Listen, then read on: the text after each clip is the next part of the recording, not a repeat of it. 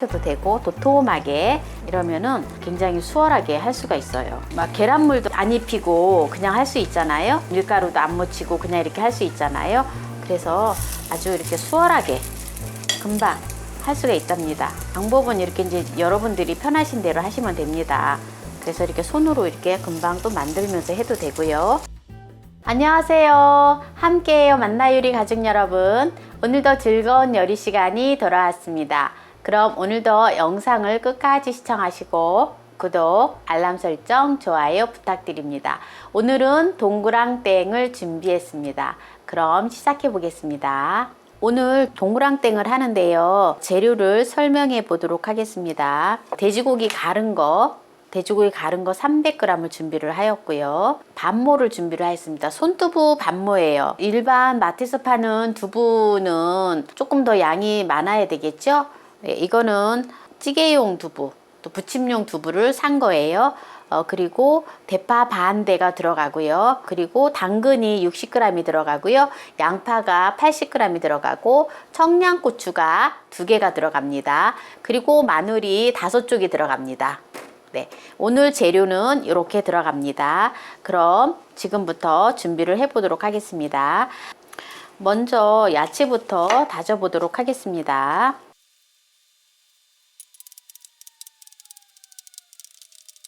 대파 반 뿌리를 다져서 넣어줍니다. 볼에. 그리고 당근도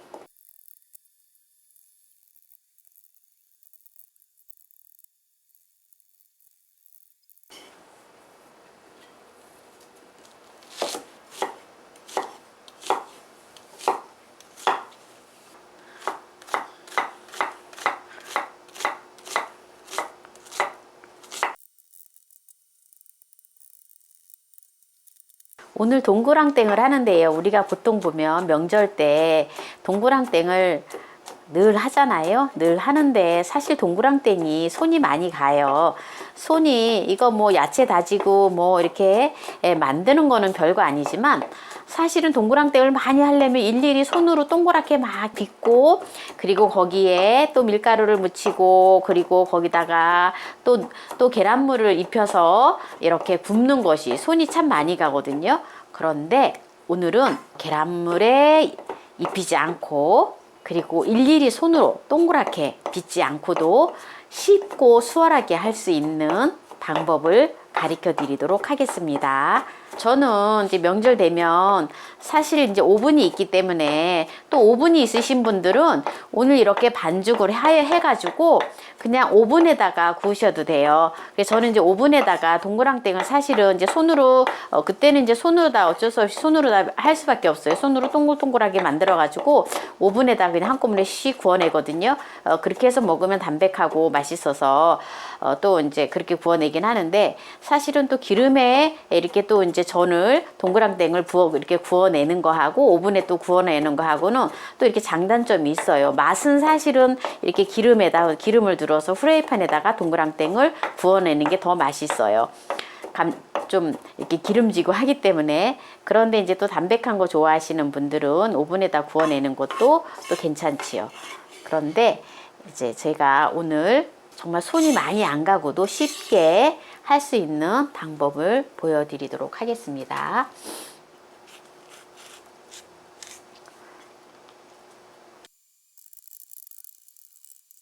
자, 이제 재료들은 모두 이제 다져줬는데요. 이제 여기에 지금 이제 가른 돼지고기를 이제 넣어줄 건데요. 돼지고기 보면은 이렇게 핏물도 있고 좀 그렇잖아요. 그래서 키친타올에다 핏물을 다 제거를 해주고 그리고 이제 넣어줄 거예요. 충분하게 키친타올로 좀 이렇게 핏물을 좀 제거해주면 됩니다.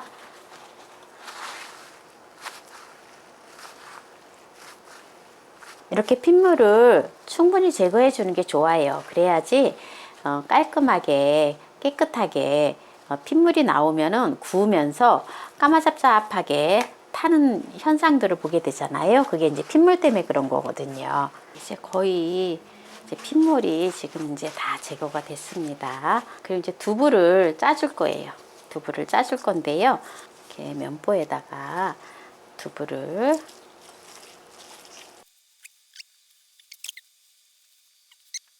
부침용 두부라서 물기가 그렇게 없어요. 생강가루를 4분의 1 작은술 넣어주고요. 소금을 1 작은술 넣어주고요. 참기름을 1큰술 넣어주고요. 청줄이나 맛술 넣어주시면 됩니다. 아이고, 한 2큰술 정도. 네. 저는 이제 여기에 또 제가 이제 좀 더 들어가는 게 있는데요. 월계수육 가루를 살짝만 또 넣어줘도 괜찮거든요. 그래서 월계수육 가루를 살짝만 또 넣어줍니다. 돼지고기의 어떤 잡내도 없애주고 그렇거든요. 그래서 이렇게 이제 넣어서 이제 이렇게 이제 반죽을 해줍니다. 아, 제가 깜빡했어요. 또 깜빡했다. 여기 계란 하나 들어가는 거를 어쩐지, 계란이 하나 들어가고요. 지금 제가 참 정신이 하나도 없네요. 계란이 하나가 들어가고요. 여기 녹말가루가 들어가거든요. 밀가루를 넣어도 돼요. 녹말가루 대신에 밀가루가 들어가도 됩니다. 전분이에요. 전분. 네, 감자 전분이 3큰술이 들어가요. 그리고 이게 계란물을 안 입히기 때문에 계란을 같이 다 넣어주는 거거든요. 그래서 계란을 넣어주면은 서로 이렇게 고기랑 모든 재료들이 서로 이렇게 응겨붙는 역할을 해요. 계란이 2개가 들어갔어요. 이제 이렇게 해서 우리가 보통 이제 동그랑땡을 만들려면은 동그랗게 이렇게 빚어가지고 그래가지고는 우리가 이거를 이제 밀가루를 묻히고 계란물을 묻혀가지고 하잖아요. 그런데 이렇게 해가지고 바로 그냥 구우면 돼요. 근데 이거를 갖다가 더 쉽게 할 수 있는 방법은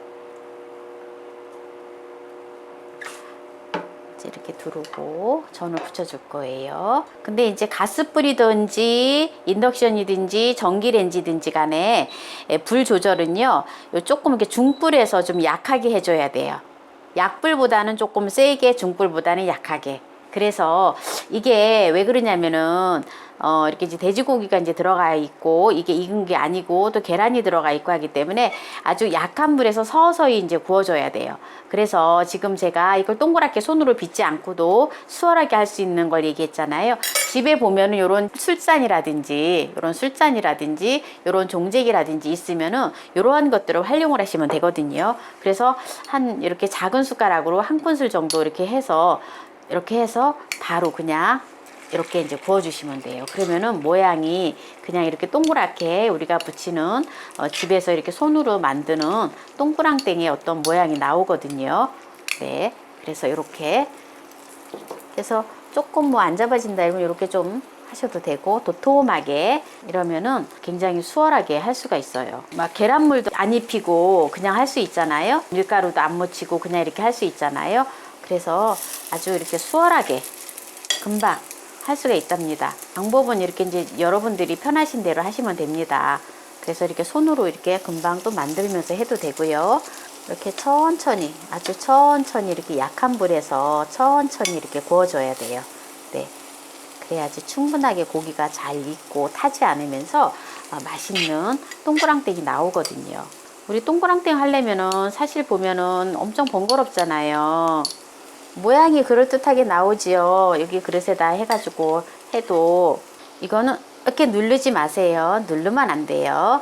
왜냐하면 이렇게 사이사이에 이렇게 공간이 있으면서 또 이렇게 같이 수분이 들어가서 이렇게 익혀줘야 되기 때문에 네, 그렇습니다.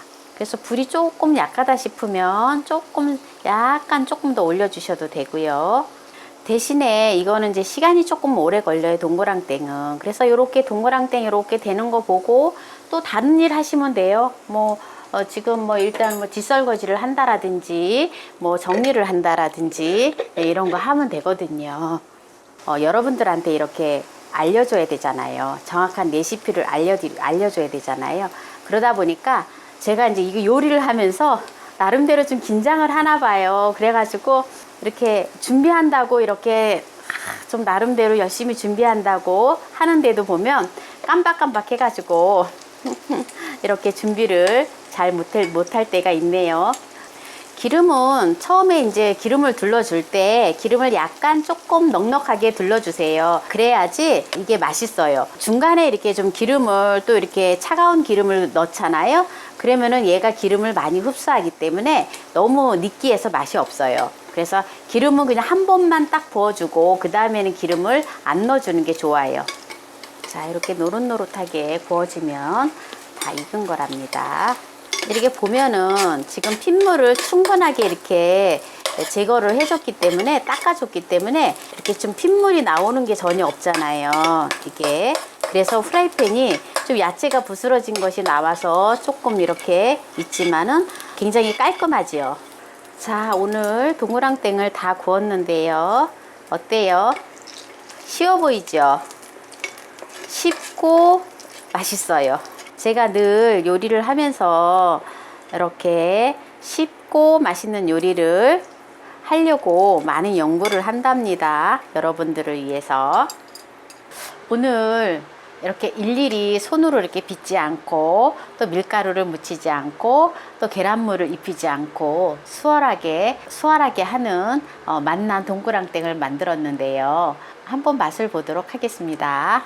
도톰하게 동그랑땡을 만들었거든요. 일단 초장에 찍지 않고 초간장에 찍지 않고 그냥 먹어보도록 하겠습니다. 고소하고 그리고 야채가 중간에 아삭아삭 씹히는 그 맛이 또 너무 좋고, 이게 반죽이 중요하거든요. 그래서 항상 비율을 잘 맞춰야 돼요. 고기가 더 들어가는 거는 상관이 없어요. 너무 두부가 또 많이 들어가면은 좀 퍽퍽하거든요. 네, 그래서 반죽을 잘 하셔가지고 여러분들도 올 추석에 동그랑땡을 기존에 했던 방식에서 조금 더 수월한 방식을 택하셔가지고 이렇게 맛난 동그랑땡을 해보시기 바랍니다. 이 소스는 양파장아찌 소스거든요. 제가 만드는 양파장아찌 소스예요. 여름에 봄에 이제 양파 나오잖아요. 그러면 이제 그때 양파 많이 나오는 철에 이렇게 양파장아찌를 만들어 놓으면은 내년까지 먹어요. 그래서 이렇게 아삭아삭하게 소스는 소스대로 먹고 양파장아찌는 양파장아찌대로 먹고, 느끼한 거 먹을 때 이렇게 심심하게 담아놓은 장아찌이기 때문에 굉장히 맛있답니다. 이 양파장아찌를 봄에 담았는데요. 굉장히 아삭아삭해요. 오늘 끝까지 시청해주신 함께해요 만나요리 가족 여러분 감사합니다. 건강하세요.